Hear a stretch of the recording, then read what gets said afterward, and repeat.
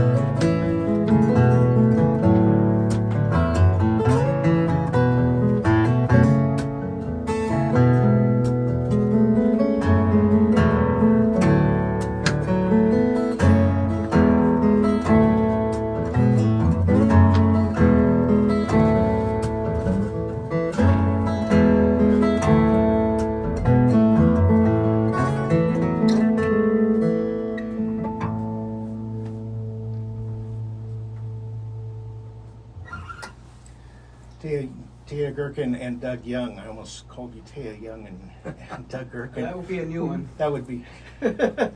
You guys made this wonderful record together, and you've also been performing together. I'd love to hear the story of how two solo guitarists became a duet. Well, it's a good question. So Doug and I think first met when I was an editor at Acoustic Guitar magazine, probably about 20 years ago, and Doug started contributing some articles for us. And we started realizing through communicating that we both liked the same kind of history of fingerstyle guitar, John Renbourn, Pierre Ben-Suzanne, Alex de Grassi, that kind of school of guitar. And then I was hosting a guitar showcase at the Bazaar Cafe here in San Francisco for 12 years, and Doug would come and do a guest spot at the show sometimes, and then he started hosting a similar show in the South Bay, and so we started playing together quite a bit. And these were kind of round robins where everybody Yeah. took turns playing one at a time. Exactly, and eventually we sort of worked out a couple tunes to do together, and then that sort of led to, hey, we should just do a CD together. And Doug has a nice home studio, so it sort of made sense to just do it. And that's kind of the story of how it happened. I mean, we kind of initially met through guitar-related work, and we sort of bonded over being guitar geeks, basically, and reviewing guitars and writing about them, and then hosting each other at various shows. And so yeah. And the duet sort of just grew. At first we'd play stuff and play solo tunes, and oh, good, we can play one together, and then.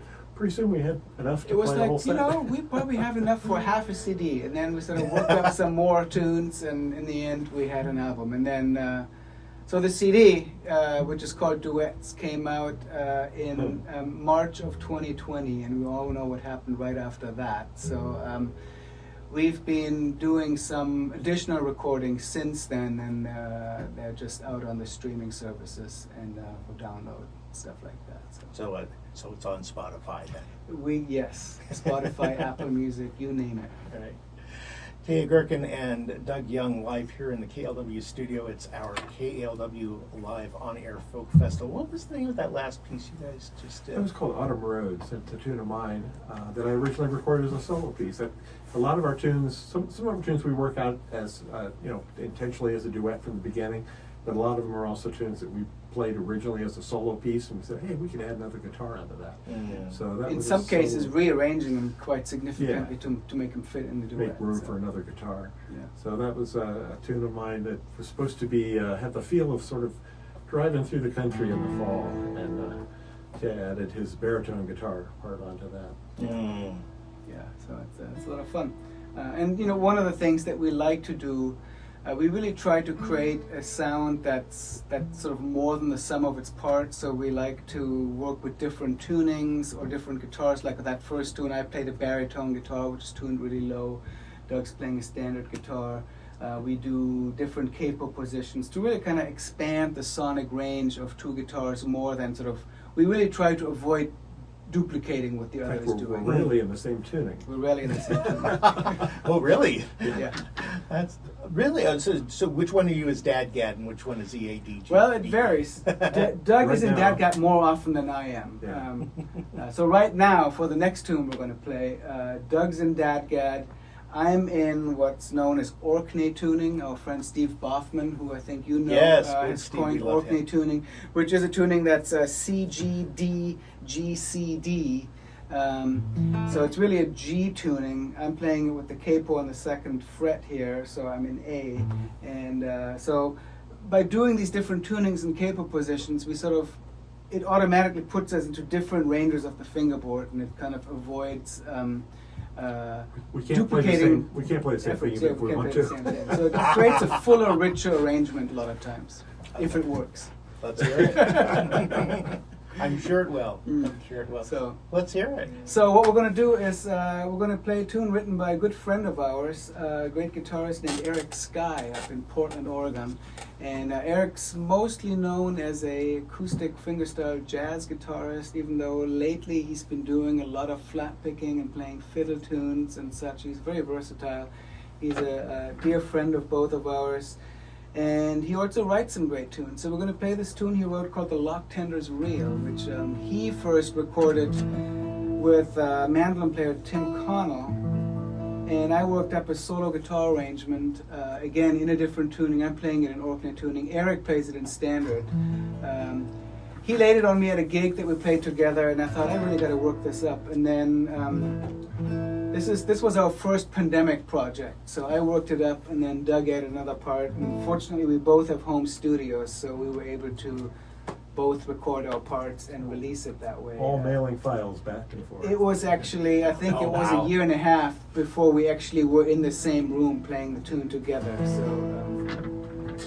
this is how it goes. The Locktender's Reel.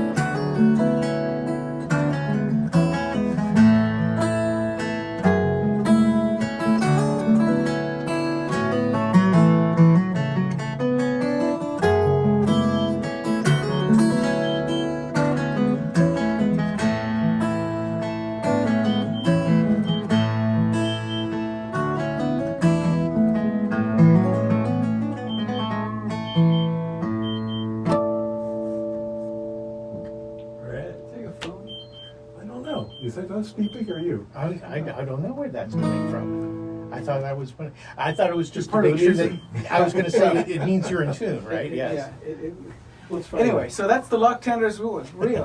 While we're dealing with strange Extraneous beats that are noises. coming up here. This show is dedicated to the memory of David Lindley and to Wayne Shorter as well. Yes. And Teja is wearing his David Lindley T-shirt. Yes, for those listeners who haven't seen this, there is a fundraiser that started a couple of months ago to raise some money for David Lindley while he was still alive for his medical costs. And apparently they've re-upped it now to help his family with various expenses that are still looming over David. Of course, very sad of his passing. I never met David, but I have a lot of friends who were friends with him, and so I saw him play many times. I always think when I think of David Lindley, I think of him as a very serious, professorial-looking man with long hair and just a big chunk of hair hanging down, while he's not looking at his audience but paying attention to his instrument, Right. to his guitar or his Yeah. lap steel, Yeah. and brilliant, and just quietly making all this brilliant music. Absolutely, yeah. Whether it was with Jackson Brown or Yep. with Henry Kaiser or So musicians many, from Madagascar. so many or different. El I mean, Rey. someone posted his discography on Facebook earlier today, and it is quite stunning. Yeah. What a session guy. What a as session opposed, guy. as well as a guy up in front. Absolutely. Who deserved that spotlight as well. Yeah. Teja Gerken and Doug Young live here in the KLW studio. It's our on-air folk festival. What would you like to do for us next? Well, should we stay folky and do an Irish tune? Sure. Or what Which were you one? gearing up Which for? one? Which Irish tune? What were you gearing up for? I'm gearing up for Bheag Mhor. Okay, perfect. That's what I was Oh, thinking. she makes more. Yes. That So- would be Irish folk. never go wrong when she makes you more. In order to keep our folk cred, you know, we do fear the folk police because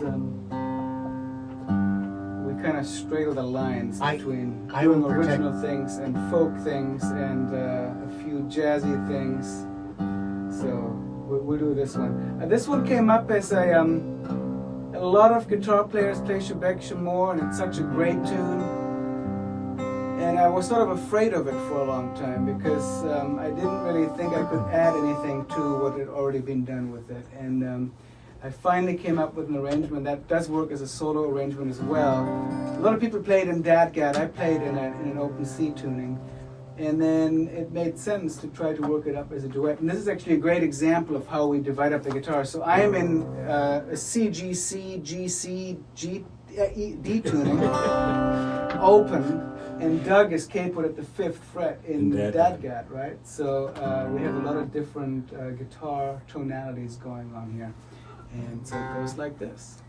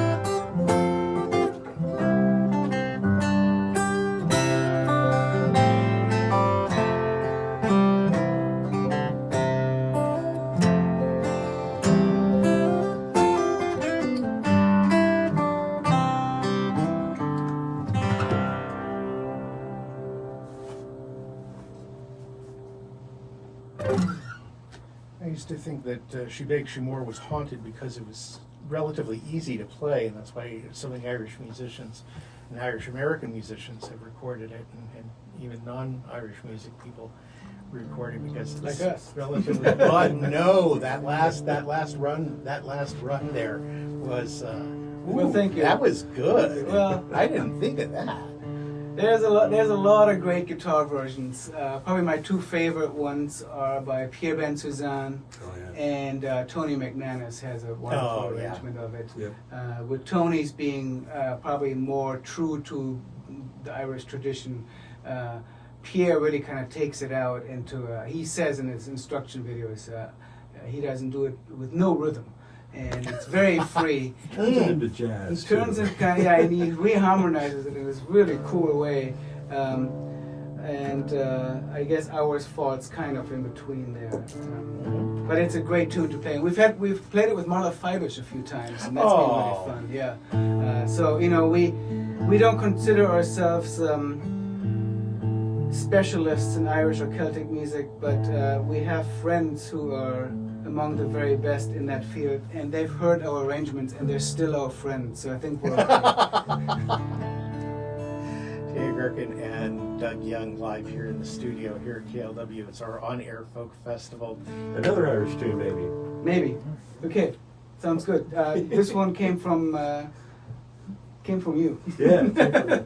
So this is another old Irish tune, although I think most people know it from Pete Seeger did it, and also Peter Paul and Mary, I believe, popularized it, called "The Water Is Wide." And so this is an instrumental version with two guitars, again in different tunings. Another pandemic project. Yeah, this was also one we did without seeing each other. Yeah, and we shot video with this, with each one of us sitting in front of green screens in our garages, me in Marin County, Doug down in the South Bay. And we had some video that I shot of the bay in Mendocino, so it looks like we're sitting in the headlands playing this tune, but we're actually in front of green screens in garages. It goes kind of like this.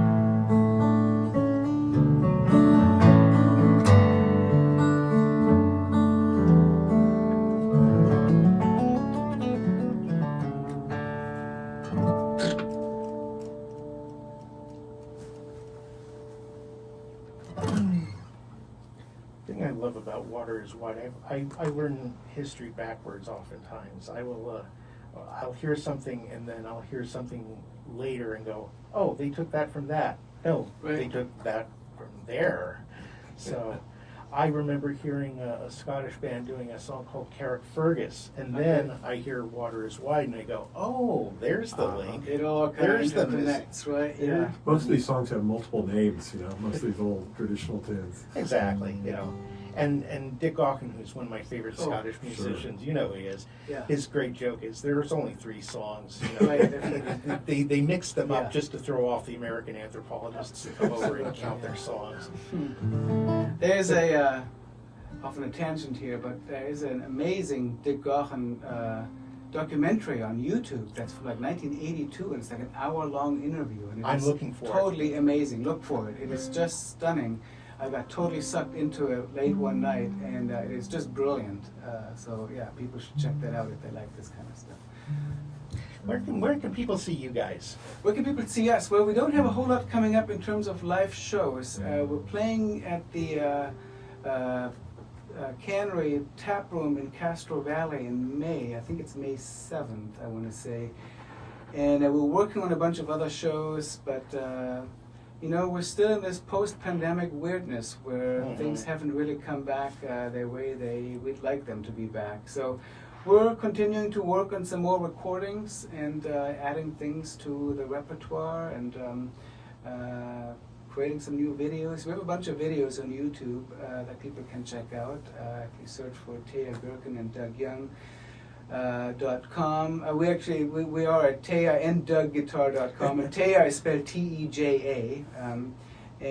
So there's a bunch of videos, and like we mentioned earlier, we're on Apple Music, Spotify, all this kind of stuff. And if people want a physical CD, Bandcamp is the way to go. Excellent. Yeah. What's the next piece you gonna do? What is the next piece we're going to do? We're going to do Travis? If you would like to do Travis, we could do that. Let's see, we probably have time for one more. Is that what you're thinking? Yeah, call one good lengthy one. Well, We could semi-lengthy Your one. call. I might call. Sure, let's do Travis. I got to retune slightly. We'll do a tune written by the great Bela Fleck. Without any banjos involved. Although Bela actually wrote this on guitar. Yeah, it's a tune that's on that great album Uncommon Ritual with Bela and Mike Marshall and who am I blanking on? And Edgar Meyer, and it's actually under Edgar's name. And it's a tune called Travis, and this was the last piece that we recorded for the album.